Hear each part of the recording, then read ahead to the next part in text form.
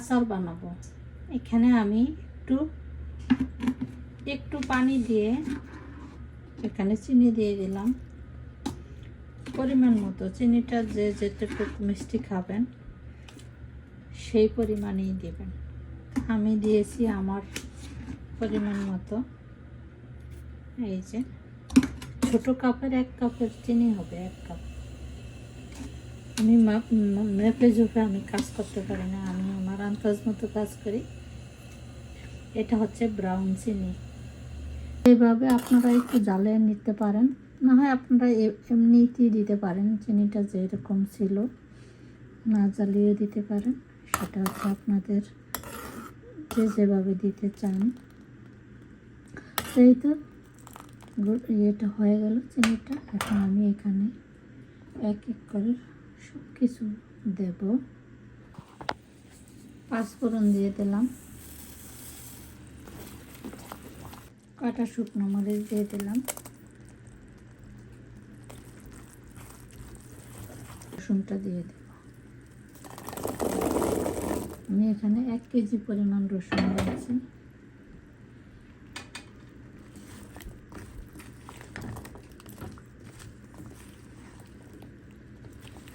এই সুন্দর কালার। ওই যে আমি চিনিটা জ্বালিয়ে নিয়েছি, এই জন্য কালারটা অনেক সুন্দর আসছে, দেখেন। এই পর্যায়ে আমি আরও সরিষা তেল দিয়ে দেব। ভিনেগার দিয়ে দিলাম। এই ভিনেগারে রসুনটা সিদ্ধ হয়ে যাবে। আমি কোনো পানি ইউজ করিনি, এখানে হচ্ছে সরিষা তেল আর হচ্ছে ভিনেগার। দেখেন এখন একেবারে পানি পানি। এই যে সরিষা বাটা এখন দিয়ে দিলাম। এখানে 2 টেবিল চামচ দিয়েছি।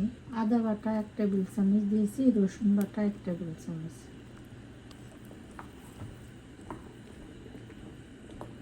স্বাদ মতো লবণ। এটা হচ্ছে চিলি ফ্লেক। এই চিলি ফ্লেক আপনারা ঝাল যে যেমন খাবেন সে অনুযায়ী দেবেন। তো এখন আমি বলক আসা পর্যন্ত অপেক্ষা করব, তারপরে আমি এখানে অ্যাড করব তেঁতুল গুলে রেখেছি সেই। এটা হচ্ছে 5 ফোড়নের গুঁড়া। 5 ফোড়ন আমি তেলে গুঁড়া করে রেখেছি, এখন গুঁড়াটা আমি দিয়ে দিলাম। রসুনের আচারটা একটু তেলে ভিজানো থাকলেই ভালো, এই জন্য আমি একটু বেশি করে তেল দিয়েছি। এটা আমি এখন তেঁতুলটা দিয়ে দিতেছি। এই যে দিয়ে দিলাম।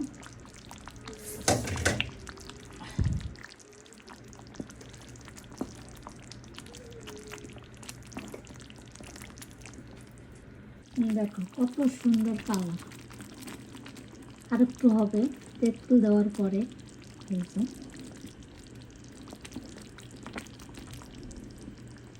অনেক সুন্দর কালার আসছে, মাশাআল্লাহ।